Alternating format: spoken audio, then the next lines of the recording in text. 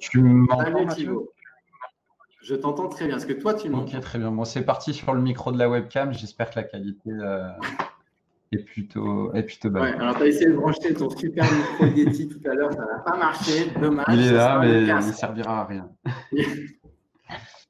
Ouais, merci d'être là. Ben, merci à toi de Est-ce que tu veux te m'inviter. présenter, Thibaut? Oui, oui. Donc, ben, moi, c'est Thibaut. Donc, je suis le gérant d'une agence qui s'appelle Vertically. On fait du contenu à la performance. Et notre spécialité, ce qui fait un peu l'ADN de l'agence, c'est vraiment notre expertise sur Facebook, Instagram. Puisque il y a de ça à peu près 8-9 ans, on a été parmi les premières structures à miser sur le canal Facebook, un peu au moment où tout le monde pensait que c'était du bullshit. Vous les premiers, d'ailleurs, à Ouais. l'époque, sur ce qui était Facebook. Et puis, au fur et à mesure, on a vu que ça a pris, ça a grossi, le réseau social a pris de l'ampleur et nous, on a pris de l'ampleur en même temps, on va dire. C'était quoi ton passé? T'étais jeune, tu sortais d'études, c'était quoi? Oui. Comment t'es tombé là-dedans? Alors moi, je suis tombé dans le web sur une activité e-commerce quand j'étais étudiant, qui m'a très rapidement orienté vers un métier de SEO, puisqu'à l'époque, bon, à l'époque, ça fait bizarre à chaque fois les gens me disent quand je dis ça, parce que je suis un peu jeune. Mais le web évolue T'as vite, déjà en fait. tellement vécu, c'est bien. 6 mois, ça peut être l'époque sur le web. Ouais. Et donc, en fin de compte, à l'époque, donc, c'était beaucoup le SEO. Et voilà, je me suis pris de passion pour tout ce qui était le marketing digital. Et puis, c'est vraiment le côté performance qui m'a plu dans ce métier. Le SEO, c'est sympa parce qu'il y a une sorte de podium. Une fois qu'on est premier, on ne peut pas monter plus haut. Donc, ça, c'est cool. Et puis, les places sont limitées. Il n'y a que 10 positions en première page. Et donc, c'est vrai que c'est cet aspect un peu compétition, performance, est quelque chose qui m'a beaucoup plu. Alors, comment on fait pour être premier? Donne-nous Vaste, la recette. vaste sujet. Donc, aujourd'hui, malheureusement, je suis moins dans le SEO, on va dire, même si ça reste parmi les plus gros leviers de la performance et parmi les leviers qu'il faut travailler en premier.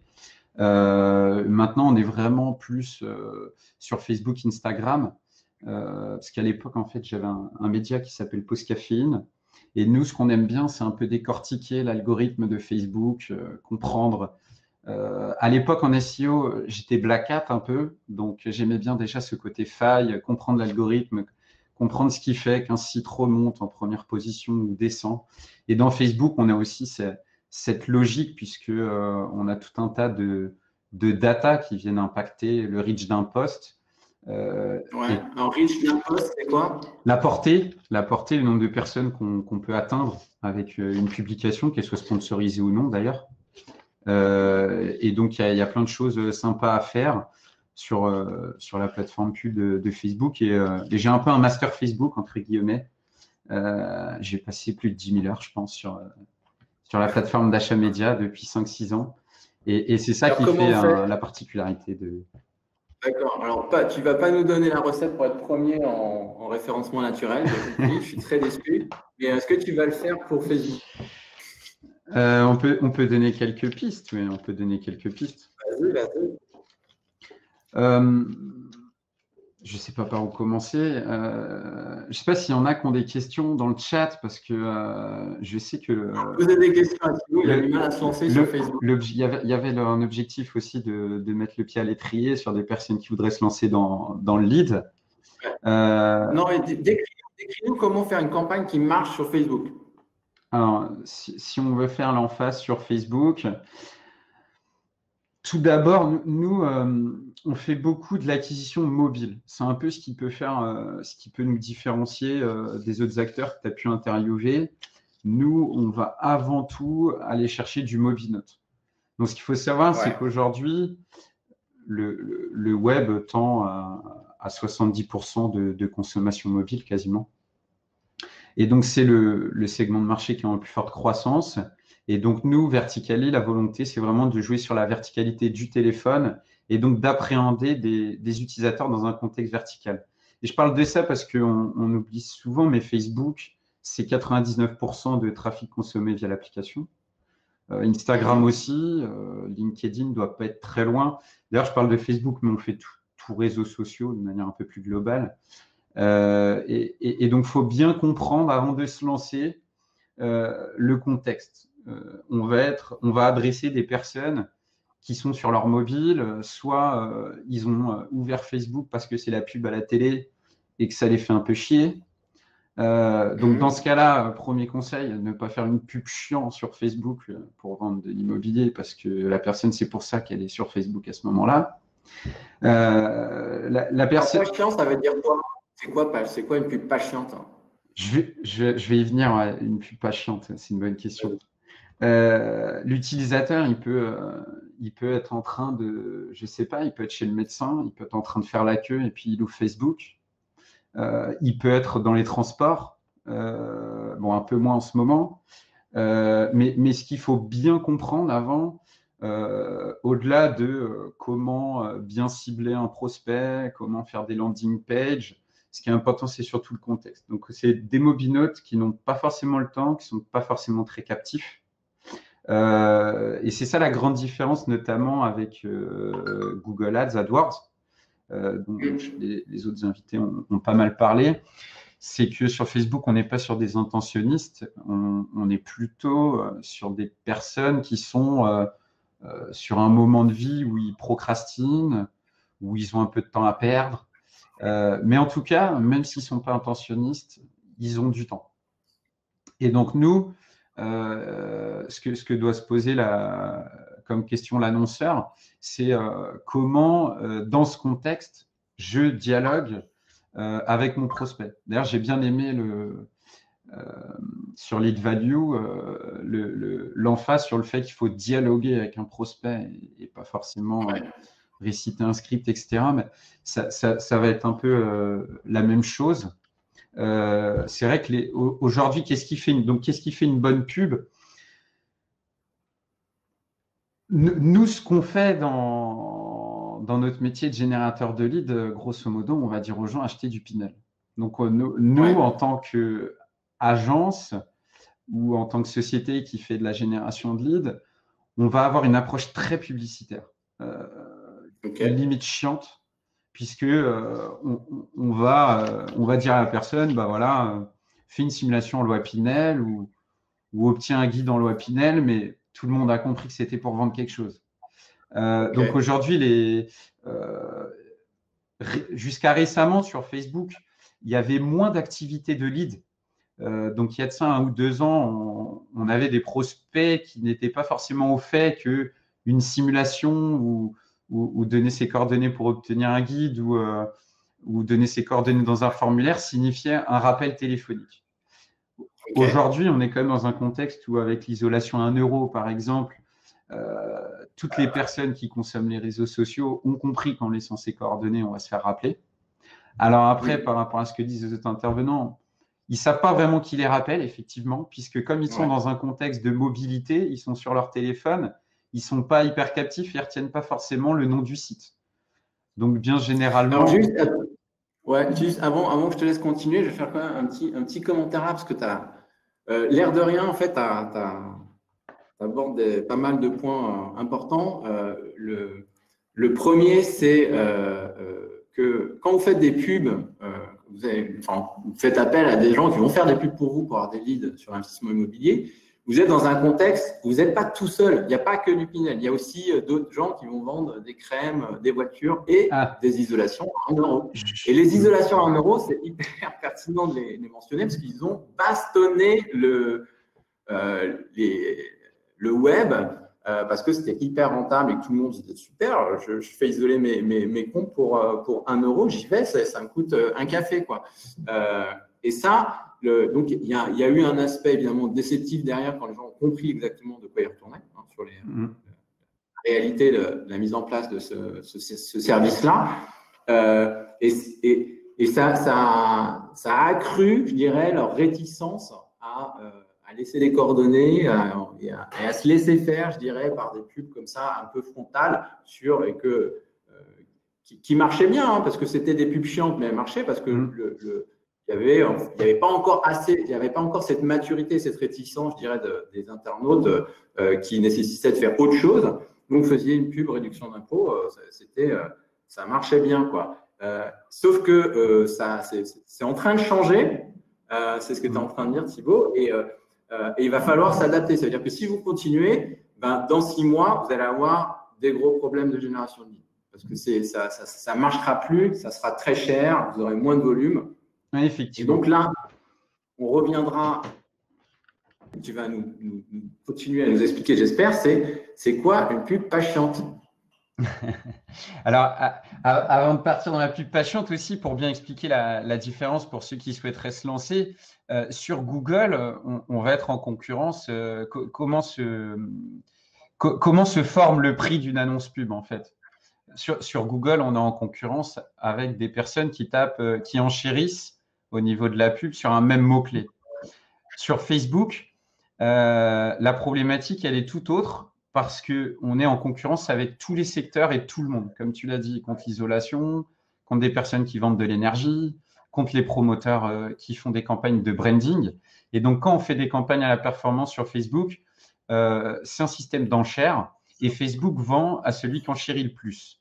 Donc aujourd'hui, pour acheter sur ce type de levier, il faut être très, très mature au niveau de sa landing page, donc de son site internet qui va récolter les informations de l'internaute au sein d'un formulaire. Donc un bon taux de conversion, un site qui charge, ça, on en a pas mal parlé, un site qui charge très rapidement, très rapidement. Donc ça c'est un prérequis pour Facebook puisque Facebook, l'infrastructure technologique, elle est hyper robuste. Et comme l'utilisateur qui vient de Facebook, ça se trouve, il est dans le métro, il n'a pas Internet, mais il est en train de naviguer sur son flux. Puisqu'en fait, Facebook va jusqu'à précharger des flux et va jusqu'à prédire les contenus qu'un utilisateur va potentiellement consulter, même quand il est hors ligne. Donc, les utilisateurs, ils sont dans un écosystème technique très performant avec des choses qui chargent vite, des choses qui chargent même en hors ligne. Et donc, sur son site Internet, donc déjà, grosse contrainte technique, site qui charge très, très vite. Il faut faire du léger rapide. Exactement. Du léger et du rapide. Si vous utilisez des photos, vérifiez le poids de vos photos. Ça, c'est la base. Notamment, prendre des bons serveurs qui ne sont pas en Thaïlande et qui sont plutôt en France. Donc, bien choisir son hébergeur. Tout genre de choses. Donc, déjà, un aspect assez techno à mettre en place. Et ensuite, par rapport à ce système d'enchères, il faut une certaine maturité aussi dans l'achat média, parce que là, on n'est plus en concurrence sur un univers de mots-clés, on est en concurrence avec tous les annonceurs qui annoncent en France. Donc, à ce niveau-là, il faut être capable, à minima, vu qu'on fait de la performance, de poser un pixel de conversion sur son site. Donc ça, en fait, c'est très simple. C'est lorsqu'on va dans Google ou dans Facebook, on peut générer un petit bout de code que l'on pose sur son site. Et c'est vraiment par ce petit bout de code qu'on va remonter les informations dans la régie publicitaire. Et donc ça peut être aussi techniquement assez compliqué à poser. Moi, dans mon métier d'agence, tous les jours, j'ai des clients sur lesquels on doit débugger des pixels de conversion. Je ne parle pas des problèmes d'attribution. Si le CGP il veut faire du multilevier, il a le risque de payer son lead à la fois chez Google et chez Facebook parce que tous les GAFA veulent s'attribuer les leads. Donc, c'est vrai que ça, je crois qu'on en a un peu moins parlé, mais si vous vous lancez dans l'acquisition de trafic sur votre site, concentrez-vous plutôt sur un levier. Moi, c'est le conseil que je donnerais parce que dès qu'on commence à rentrer dans 2, 3, 4 leviers, on peut se faire assez vite barber par les GAFA. Et on peut se retrouver, en fait, par rapport à ces bouts de code, on peut lancer une campagne sur Google, je ne sais pas, à 100 € par jour et une campagne sur Facebook à 100 € par jour. À la fin de la journée, les deux vont nous dire qu'ils ont fait 2 leads. Le CGP, il va regarder dans son outil de suivi, il va avoir 2 leads en tout. Et les deux plateformes vont me dire que c'est elles qui ont fait le lead. Ouais, donc le problème, c'est que vous allez avoir des faux coûts par lead dans chaque plateforme. Ça va vous sembler peut-être correct, alors qu'au final, au global, ça coûte 2 fois c'est plus cher. ça. Donc, un risque de payer vraiment le lead plusieurs fois. Donc, déjà, j'aurais dit de se concentrer sur un levier. Après, honnêtement, si j'étais un CGP et que je devais acquérir des leads, je ne passerais pas par les plateformes pub. Je créerais du contenu pertinent. C'est-à-dire, Et c'est pour ça que toi, tu crois vraiment que ça va passer par le contenu, en fait. Ouais, en fait, c'est pour ça que je voulais, par rapport s'il y a des personnes qui posent des questions dans le live, parce que montrer comment on fait une campagne de pub Facebook et prétendre qu'un novice peut se plugger et être en concurrence face à tout le CAC 40, toutes les entreprises américaines qui annoncent en France et tous les acteurs d'immobilier qui annoncent sur la loi Pinel, ça me paraît très compliqué, honnêtement. Aujourd'hui, je pense que le CGP, j'entendais pas mal d'intervenants qui disaient si le CGP devait commencer pour acquérir de leads, je lui dirais d'aller sur AdWords. Alors moi, je lui dirais que sur AdWords, il a 99% de chances de ne pas y arriver parce qu'on est quand même assez fort, tous ceux qui sont passés là, et ça va être très, très, très compliqué. Par contre, il y a des choses que nous, agences ou générateurs de leads, il y a des choses sur lesquelles on est beaucoup, beaucoup, beaucoup moins fort que le CGP. Typiquement, nous, on n'a jamais le prospect au téléphone. Donc, on est certes des experts pour générer des leads, capter de l'attention sur le digital et lever quelques points bloquants pour que le prospect ait confiance au moment de déposer ses coordonnées. Mais par contre, on ne connaît pas vraiment les freins à la vente d'un logement en loi Pinel. On ne connaît pas les objections fréquentes que peuvent avoir les clients lorsque le CGP il l'appelle au téléphone une fois qu'il a reçu le lead. Et typiquement, c'est des sujets qu'on ne peut pas aborder au travers de la publicité.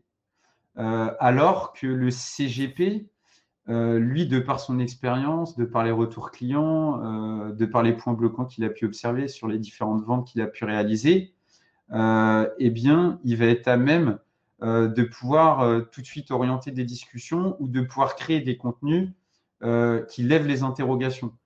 Donc, typiquement, aujourd'hui, la publicité, c'est un peu des coups de vent et des opportunités. Et aujourd'hui, c'est vrai que l'opportunité, peut-être le reach en tout cas, puisque moi, je traite beaucoup les problématiques d'achat média sur les réseaux sociaux. En ce moment, le reach, il est plutôt sur LinkedIn quand même.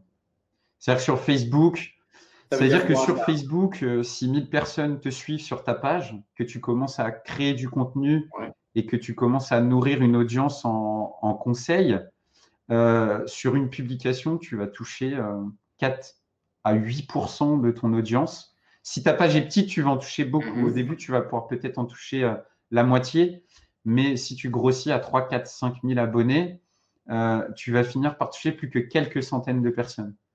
Et aujourd'hui, le réseau social qui te permet de toucher un grand nombre de tes abonnés par rapport aux personnes qui te suivent, c'est LinkedIn. Et sur LinkedIn, on a la possibilité, si on a, je sais pas, 5000 followers, de pouvoir en toucher une grande partie quand même et de pouvoir en engager une grande partie. Donc moi, aujourd'hui, si le sujet du webinaire, c'est « Je suis CGP » et par où commencer, et ben moi, je lui conseillerais de pas s'attaquer en frontal à des professionnels de la génération de leads, mais plutôt de répondre à des questions que peuvent se poser des personnes, ça se trouve qu'on a déjà en basé dans nos bases, mais qui ne sont pas passées à l'action parce qu'ils avaient peur de ceci ou de cela, et au travers d'une vidéo, au travers d'un écrit, au travers d'un guide, au travers d'un contenu, le prospect va s'identifier à cette problématique, va s'accrocher au style du CGP. Est-ce qu'il est plutôt rentre-dedans? Est-ce qu'il est plutôt conciliant? Est-ce que c'est un CGP qui est très à l'écoute? Est-ce que c'est un CGP qui est plutôt volubile? Et en étant clivant sur les réseaux sociaux, c'est important d'être clivant sur les réseaux sociaux pour créer de l'engagement. Et en étant clivant, en restant dans son style, dans sa façon de faire tous les jours, il y a des prospects qui vont s'identifier à sa façon d'être et avoir envie d'aller chez lui pour faire l'investissement en loi Pinel. Ouais. Alors, c'est hyper intéressant. Ça, c'est un aspect qu'on n'avait pas du tout entendu. Pas du tout. Parce qu'en fait, pour être bien clair sur ce dont parle Thibaut, il s'agit là, il s'agit pas de faire de la pub. Il s'agit d'écrire des contenus, ou contenu écrit, vidéo, ce que vous voulez, un contenu, sur votre site ou directement sur les réseaux Facebook, LinkedIn ou ce que vous voulez. Donc, vous faites un contenu, vous le postez sur votre site et vous faites un autre contenu lié à ce contenu sur les réseaux. Et ça va permettre d'engager une conversation avec les gens qui voient vos publications sur ces réseaux, que ce soit votre page Facebook ou votre profil LinkedIn quand vous faites des posts ou des articles sur LinkedIn. Donc ça, c'est un moyen de rentrer en relation, en fait. Ça ne va pas vous générer des leads directs, ça va vous créer des discussions, en fait, avec des clients potentiels, avec des prospects. Et derrière, vous pouvez peut-être les transformer en clients. Donc, il y a deux grands aspects, en fait, si vous voulez vous lancer là-dedans. Le premier, c'est évidemment les contenus. Et ça, il y a une remarque d'un quelqu'un là qui dit tout le monde produit les mêmes contenus. Alors nous en tant que générateur de leads, mais parce qu'on n'est pas forcément des experts sur les problématiques du sujet. Nous, on travaille dans plein d'industries. Et donc forcément, on n'est pas forcément spécialiste du Pinel, même si on a tout le stack technologique pour arriver à générer du lead. Alors, ouais, ce que toi, tu fais particulièrement bien, c'est d'avoir des idées très sympas pour attirer l'attention, créer cette connexion. Mais dont tu parlais là, donc c'est vraiment, vous créez des contenus qui vous sont propres et vous n'êtes pas obligé d'être, encore une fois, je utilise le mot, vous n'êtes pas obligé d'être chiant. C'est à vous de choisir. Si vous voulez parler de la Pinel en rappelant tout ce que tout le monde connaît, effectivement, vous risquez de l'être. Mais ouvrez votre créativité et puis faites ce qui vous fait plaisir, surtout. C'est ça qui va faire que vous allez faire quelque chose d'original. Et ça, le mode de traitement va vraiment être important et va être spécifique à chacun. Donc ça, c'est le premier point important pour suivre la strat que vous propose Thibaut, c'est vous pensez à ces contenus, vous produisez ces contenus, vous les mettez sur votre site directement ou sur le réseau, votre page Facebook ou votre page LinkedIn. Et après, l'autre grande partie, c'est qu'il faut qu'il y ait des gens qui voient ça. Pour entrer en discussion, il faut qu'il y ait quand même des abonnés des fans sur Facebook et que vous ayez des relations sur LinkedIn. Et ça, c'est important parce que s'imagine, moi, j'ai 200 relations LinkedIn, je me mets à faire ça, est-ce que j'ai une chance d'y arriver? Alors aujourd'hui, il existe des petits robots sur LinkedIn d'automation. C'est pas hyper compliqué d'ajouter 5000 ou 10 000 abonnés. C'est quoi ces petits robots? Il y a pas mal de ressources sur Internet. Si on tape gros hacking LinkedIn ou robot auto-follow LinkedIn, aujourd'hui, il y a des petits bots assez pas chers du tout qui nous permettent de construire ces audiences. Ouais. Instagram, c'est pareil. Il y a des petits robots pour 20 € par mois où tu peux ajouter en ami, par exemple, toutes les personnes qui ont cliqué sur la mention j'aime sur la page de Nexity, par exemple. Je ne sais pas, peu importe, un promoteur. Donc, on peut ajouter en ami des. Bon, j'en ai pas spécifiquement en tête, mais il y en a des dizaines aux États-Unis, des dizaines en France. Il y a beaucoup d'acteurs qui font des robots d'ajout massif d'amis, etc. Et c'est assez simple de dire, par exemple, j'ajoute toutes les personnes qui interagissent avec, par exemple, toutes les pages des promoteurs sur Instagram. Et on peut se monter comme ça un compte Instagram en payant un abonnement à un petit outil robot de 20-30 € par mois. Et donc ça fonctionne. D'ailleurs, pour ton projet Gridkey, en l'occurrence, je ne sais pas si les gens ont remarqué, moi je vois que tu ne fais pas trop de pub pour l'instant et tu commences par créer des contenus qui sont totalement gratuits puisque toi-même, le webinar ici est gratuit. Donc c'est vrai que le premier pas souvent de la visibilité en ligne et le moins cher, c'est de distiller de l'expertise et de montrer que l'on maîtrise son sujet. Et le sujet d'acheter vraiment de la pub payante, c'est souvent un sujet qui vient après cette première étape. Et moi-même, lorsque je lance un projet sur le digital, j'essaye déjà de susciter l'intérêt auprès des gens qui me suivent, même si j'en ai que 200, avant d'essayer de susciter l'intérêt auprès de 2 millions de personnes. Ok. Et là, les robots dont tu parles, ça fait ça te permet de te mettre en relation avec des vraies personnes qui pourraient derrière devenir clients et acheter. Ouais, voilà. Après, on peut les paramétrer. C'est pas des faux comptes. Non, non, parce que c'est des personnes. Si on choisit, par exemple, d'ajouter en ami toutes les personnes qui ont cliqué sur la mention j'aime sur une publication d'un promoteur qui faisait la promotion d'un immeuble dans telle zone géographique, et ben, en ajoutant cette personne, on a normalement quelqu'un qui a déjà exprimé un intérêt pour des produits dans la région et qui est ciblé. Alors après, ça, c'est une méthode parmi tant d'autres. Acheter des fans ou des followers, que ce soit sur LinkedIn ou les réseaux sociaux, c'est extrêmement cher. Ça a été mon business pendant pas mal d'années, mais ça coûte près d'1 € le fan. Et généralement, si on en est à acheter des fans, après, il vaut mieux acheter des leads. C'est difficilement rentable d'acheter des fans et de créer du contenu. Par contre, créer du contenu et essayer un peu de gros saquer avec des robots, ça marche. Il faut savoir, sur Facebook, on ne peut pas le faire parce qu'il n'y a pas d'API où les robots peuvent travailler. Sur Instagram et LinkedIn et Twitter, on peut énormément s'amuser avec ça. On peut ajouter en ami tous les followers d'un promoteur. Qui est soit un promoteur qui est spécialisé dans une région ou soit un promoteur national. Je pense que les problématiques, elles sont plus locales ici. Et donc, il y a plein de façons un peu malines d'aller chercher de vrais prospects pour un coût zéro. Et nous, c'est vrai que là, nous, les gros générateurs de leads, on ne va pas faire ça parce qu'on n'a pas de problématique locale. Et on n'a pas de nécessité d'aller chercher des leads ultra ciblés. On a une nécessité d'aller chercher des leads de très bonne qualité en volume, ce qui est une problématique un peu différente et qui amène une stratégie différente.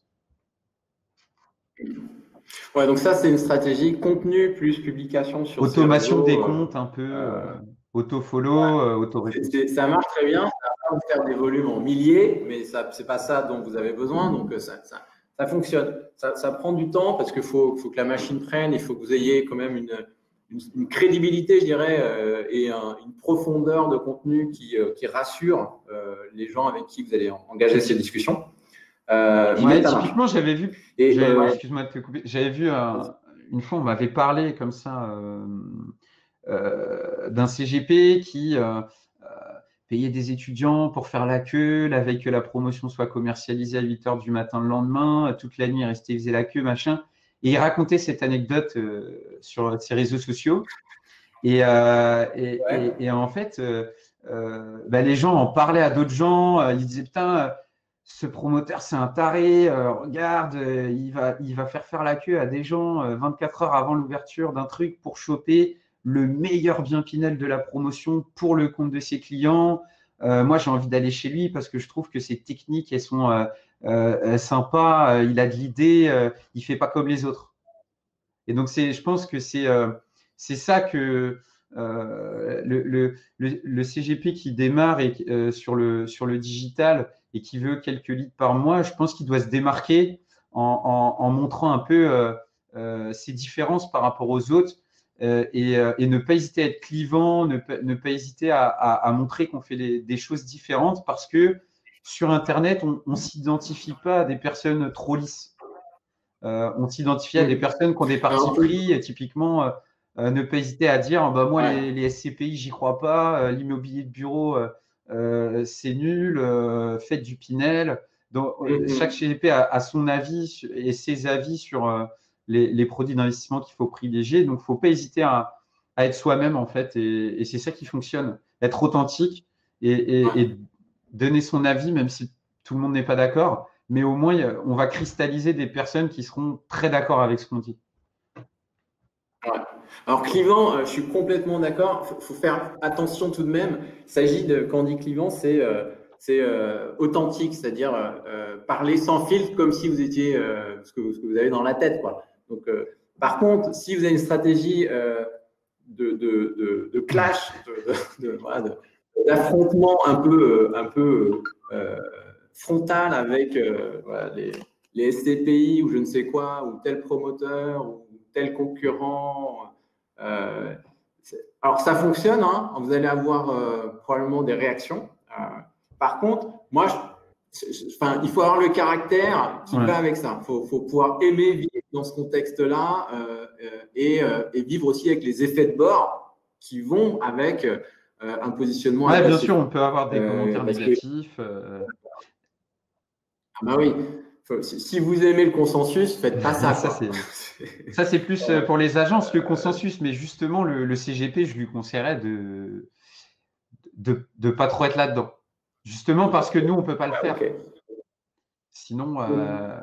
Ça marche. J'ai une question de Pierre Maltête qui n'a pas bien compris ce que tu proposes comme service. Il se demande si tu fais juste de l'accompagnement sur comment approcher ces réseaux sociaux ou si tu fais de la génération de leads pour les CGP aussi. Et pour te lancer sur ça, en fait, avant, je voulais revenir sur encore les pubs patientes et pour vous partager juste un commentaire. J'ai eu la chance d'aller voir Facebook à Dublin et un des responsables des relations avec nous expliquait ce que c'était une pub patiente, justement. Il disait, en fait, faut comprendre que les gens vont regarder votre pub moins d'une seconde. Et en moins d'une seconde, ils vont se dire, est-ce que c'est intéressant ou pas? Est-ce que j'y passe un peu plus de temps et est-ce que je vais cliquer sur quelque chose? Et donc, il dit, il faut que ce que vous montriez, ce que vous avez choisi comme visuel ou comme texte, en moins d'une seconde, il faut que ça intéresse un internaute dans un univers surpeuplé de sollicitations. Donc, ça veut dire qu'on est quand même dans la création émotionnelle hyper forte. C'est-à-dire que si vous montrez une jolie maison avec marqué devenez propriétaire, laissez tomber, quoi. Vous ne créez pas d'émotion, vous n'avez pas de texte, ça va passer à la trappe direct. Donc, il faut vraiment avoir ce test de la seconde d'attention qui va faire la différence. C'est-à-dire que votre visuel doit créer une émotion en une seconde. Et une émotion suffisamment forte pour que l'internaute ait envie de regarder un peu plus près, de lire les 2 lignes qui suivent le titre, par exemple, en dessous de votre pub, et qui se décide à cliquer. Donc, il faut vraiment avoir ça en tête, parce que souvent, on peut penser, qu'est-ce que je vais mettre en avant pour bien expliquer le produit, pour mettre en avant les points clés, etc. En fait, ce n'est pas tellement ça. C'est comment vous faites pour créer une émotion qui est suffisamment forte pour que les gens s'arrêtent et cliquent. Ouais, c'est exactement ça. Et là où le CGP indépendant qui veut acquérir du lead a un avantage, entre guillemets, c'est que mettre son visage dans une pub ou lorsque l'on crée du contenu suscite beaucoup plus l'intérêt que des images, comme tu dis, de maisons ou d'appartements, ou ce qu'on peut faire nous en agence ou en régie au lead. Et donc le CGP, lui, il a vraiment cette possibilité de mettre son visage. Et il faut savoir que la transformation, si un lead vient d'une pub où il y a un visage A et que la personne au téléphone qui l'appelle est le visage A et que la personne qui vient en rendez-vous est le visage A, il y aura beaucoup plus de transformation à tous les niveaux. Ok. Faut pas avoir peur de se mettre en Non, avant, pas quoi. du tout. Ouais. Les pubs avec des visages et vraiment, c'est ce qui fonctionne très, très bien. Et nous, on le fait peu pour tout ce qui est les emailers. Donc, Google AdWords, il n'y a pas de créa. Les emailers, ils ont des créas, mais bien souvent, ça reste des créas avec des images de promotion. Nous, ce qu'on va faire sur Facebook, pareil, ou alors on va jouer sur le côté économie d'impôt ou défiscalisation, et on va montrer potentiellement des économies possibles sur une feuille d'impôt. Mais nous, on va rester dans des choses que finalement les internautes ont déjà beaucoup vues. Et on a du mal justement à créer de l'authenticité par rapport au produit. Alors, c'est quoi ton service?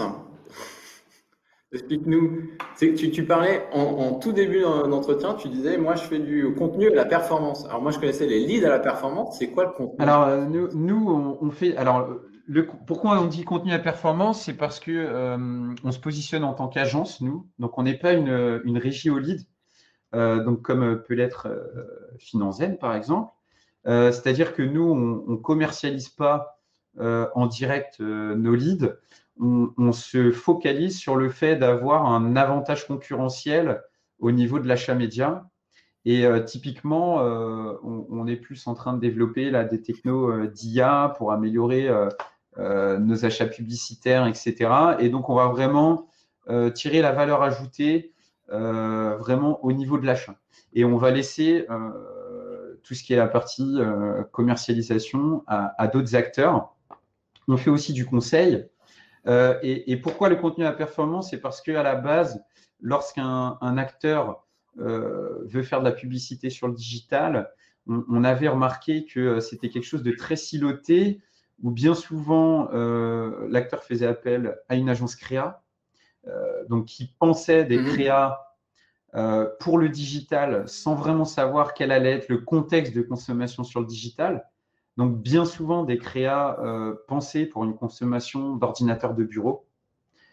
Et nous, on avait du mal en tant qu'agence à la performance à se pluguer sur ces contenus créatifs qui n'étaient pas réalisés par nous, parce que la performance d'une campagne de pub, c'est à la fois son contenu et à la fois sa diffusion. Et donc, c'est pour ça que chez Verticali, on propose de faire les deux, tout simplement. C'est-à-dire que la personne, elle peut nous payer soit sur un modèle d'agence traditionnel où elle nous donne un budget média, par exemple 10 000 euros par mois, et sur ce budget média, on va prendre 15-20% de fees. Donc, typiquement, pour 10 000 euros dépensés sur Mhm. Facebook, on va prendre 1 500 à 2 000 euros de frais. Donc, ces frais, c'est setup de campagne. Tous les jours, je vais moi-même me connecter 15-20 minutes sur le compte du client pour optimiser les campagnes. Donc, même si on a beaucoup d'algorithmiques aujourd'hui sur les plateformes pub et de plus en plus laisser les IA travailler paye, il y a quand même beaucoup de manuels, il faut se le dire.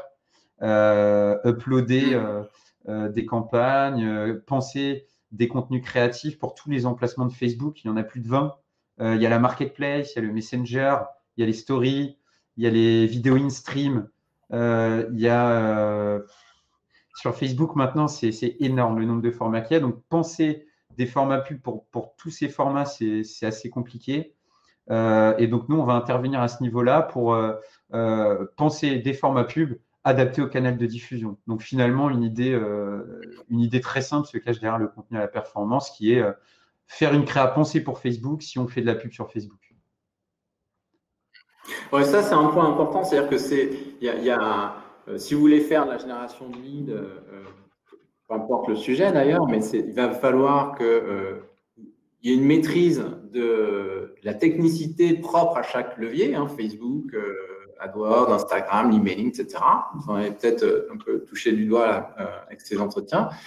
Mais il faut aussi travailler les contenus puis les formats avec plein de formats différents, même sur un de ces leviers. Alors, Facebook et Google, hein, il y en a plein de différents en fait. Donc, à chaque fois, le travail il y a le contenu, le format et la technicité propre à chaque Mm. levier. Donc, il y a vraiment ces trois blocs à maîtriser et à travailler en tant que tel pour que ça marche Ouais, pendant longtemps. sachant que Et donc, toi, sachant que typiquement sur AdWords, vu que la création publicitaire, c'est uniquement des mots et pas des visuels, c'est très compliqué pour un indépendant d'arriver sur ce marché et entre guillemets d'apporter quelque chose de différent qui va être remarqué par l'internaute, puisqu'on va tous être à peu près sur les mêmes mots. Et sur AdWords, la guerre se fait sur les points de conversion du site. Est-ce qu'on est capable, par rapport aux concurrents, de transformer plus de trafic en prospect? Et ça, c'est une guerre assez technique. Et comme tu l'as dit sur de précédents entretiens, oui, celui qui est très intéressé par le sujet peut y aller. Celui qui a du temps à y consacrer peut y aller et peut réussir. Par contre, ça va être vorace en temps, vorace en argent. Alors, j'ai vu, on parlait de 2500 euros. Ça peut être beaucoup plus. En tout cas, moi, sur ma partie Facebook, faudra peut-être dépenser plus. Ça dépend. C'est difficile de donner une règle, mais en tout cas, on peut mettre 10 000 euros de dépenses publicitaires pour trouver le bon compromis. Comme on peut mettre effectivement que 2 000.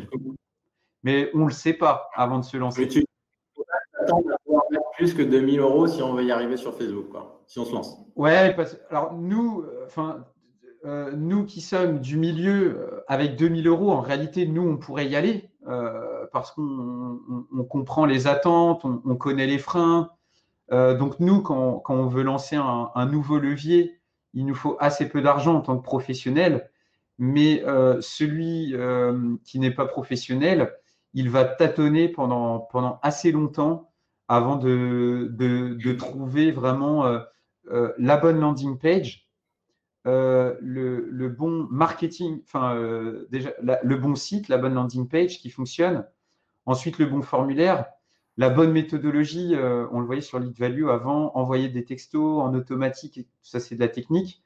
Donc, il faut paramétrer des textos automatiques sur son site. Donc, il y a tout ce qui est l'après-lead, où on peut un peu réchauffer ou rechauffer le lead, ce qui demande aussi du travail.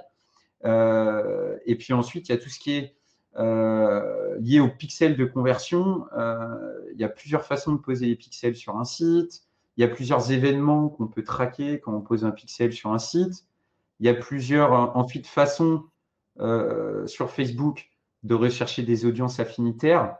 Il faut tâtonner sur beaucoup d'audiences affinitaires avant de trouver celles qui fonctionnent. Et les audiences affinitaires qui peuvent fonctionner, par exemple pour moi, par rapport à mon site, marcheront peut-être pas sur votre site et votre approche.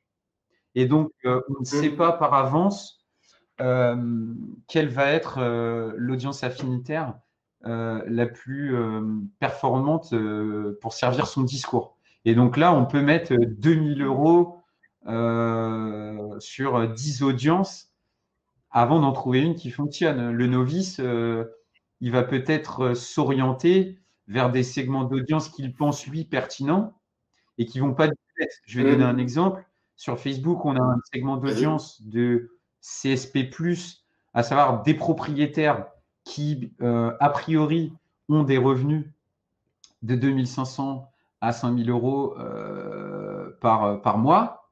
Et donc, par défaut, je suppose que le segment d'audience qu'un novice ciblerait serait celui-là. Et en fin de compte, c'est un segment d'audience qu'on cible tous et les enchères sont extrêmement élevées sur ce segment d'audience.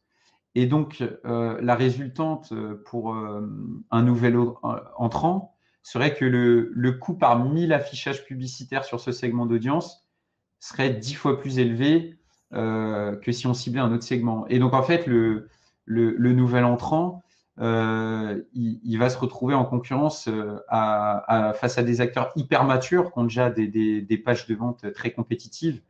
Et ça va être franchement impossible sur ce type de segment d'audience en dépensant 2 000 euros d'arriver à obtenir des leads au même prix qu'il les achèterait chez un revendeur de leads.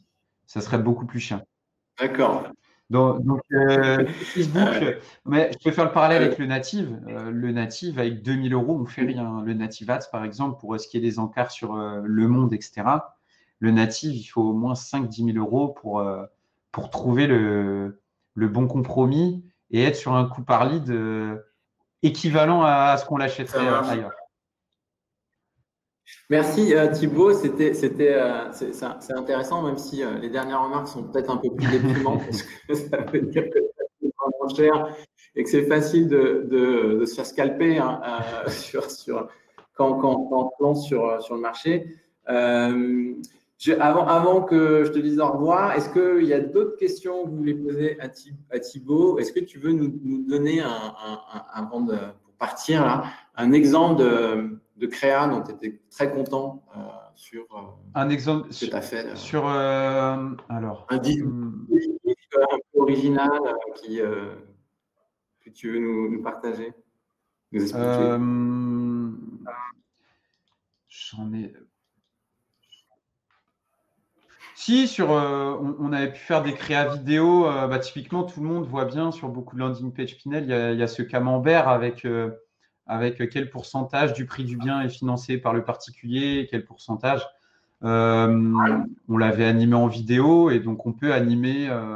On peut aussi faire des vidéos simples pour expliquer les points importants de la loi Pinel. Et moi, parmi les créas qu'on fait, c'est des créas que j'aime bien parce qu'elles sont certes lisses, mais elles sont explicatives.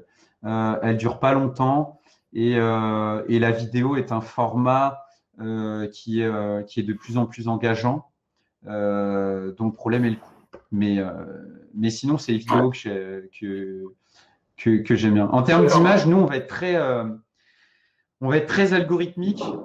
On va utiliser de la technologie pour essayer de prédire au travers de sources de data quelles vont être un peu les images qui marchent bien. Une des techniques un peu basiques, ce serait de taper loi Pinel dans Google Images. Et en fait, les algorithmes de Google, par défaut, font remonter en haut les images qui captent l'attention.